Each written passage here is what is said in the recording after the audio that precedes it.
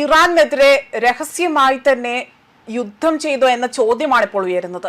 എന്നാൽ ഇതുമായി ബന്ധപ്പെട്ട് നിർണായക റിപ്പോർട്ട് പുറത്തു വന്നിരിക്കുകയാണ്. അമേരിക്കൻ മാധ്യമമായ ദ വാൾ സ്ട്രീറ്റ് ജേണൽ ആകട്ടെ പുറത്തുവിട്ട റിപ്പോർട്ടിലാണ് പ്രധാനമായും ഈ ഒരു നിർണായക നീക്കം സൂചിപ്പിക്കുന്നത്.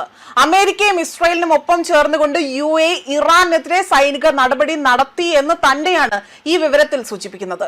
കഴിഞ്ഞ മാസം ആദ്യം ഇറാനിലെ ലവാൻ ദ്വീപിലുള്ള എണ്ണ ശുദ്ധീകരണശാലയെ ആക്രമിച്ചത് ആണ് എന്നതാണ് റിപ്പോർട്ടുകൾ പറയുന്നത്. അമേരിക്കൻ പ്രസിഡന്റ് ഡൊണാൾഡ് ട്രംപ് വെടിനിർത്തൽ പ്രഖ്യാപിച്ച സമയത്തായിരുന്നു ഈ ആക്രമണം നടത്തിയതെന്നും യുടെ സൈനിക നടപടിയെ അമേരിക്ക സ്വാഗതം ചെയ്തിരുന്നുവെന്നും റിപ്പോർട്ടിൽ വ്യക്തമാക്കുന്നുണ്ട്. ക്ക് പുറമെ തന്നെ യുദ്ധത്തിൽ ചേരാൻ താല്പര്യമുള്ള മറ്റ് ഗൾഫ് രാജ്യങ്ങൾക്കും ആക്രമണം നടത്താമെന്ന നിലപാടാണ് അമേരിക്ക സ്വീകരിച്ചതെന്നും വെടിനിർത്തൽ പൂർണ്ണമായും അവിടെ നിലവിലില്ലാത്തതിനാൽ തന്നെ ആക്രമണങ്ങൾക്ക് തടസ്സമില്ല എന്ന സന്ദേശമാണ് US നൽകിയതെന്നും റിപ്പോർട്ടിൽ ആരോപണം ഉന്നയിക്കുന്നുണ്ട്.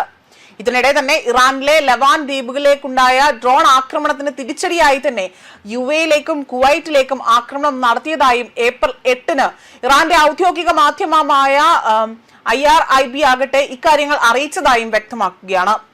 അതേപോലെ തന്നെ 17 മിസൈലുകളും 35 ഡ്രോണുകളും ഉപയോഗിച്ചുകൊണ്ടായിരുന്നു ഇറാന്റെ തിരിച്ചടി ആക്രമണം എന്നതാണ് പുറത്തുവരുന്ന വിവരം. മധ്യപൂർവേഷ്യയിലെ സംഘർഷം കൂടുതൽ വ്യാപകമാകും അല്ലെങ്കിൽ വ്യാപിക്കുമോ എന്ന ആശങ്കകൾക്കിടയിലാണ് പുതിയ റിപ്പോർട്ടുകൾ പുറത്തുവരുന്നത്.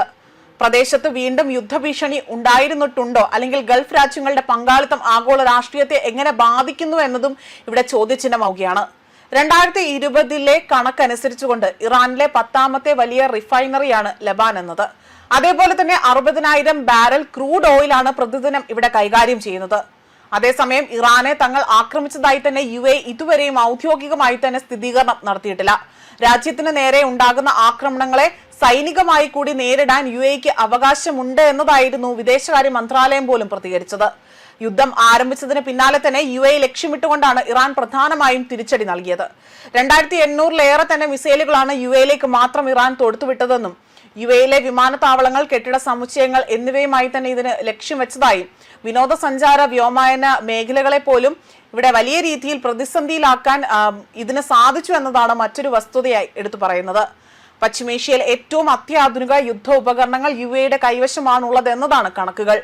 ഫ്രഞ്ച് മിറാഷ് യുദ്ധവിമാനങ്ങൾ, അതേപോലെ തന്നെ അഡ്വാൻസ്ഡ് F-16 ജെറ്റുകൾ, ഡ്രോണുകൾ, നിരീക്ഷണ വിമാനങ്ങൾ എന്നിവ ക്ക് സ്വന്തമായി തന്നെയുണ്ട്.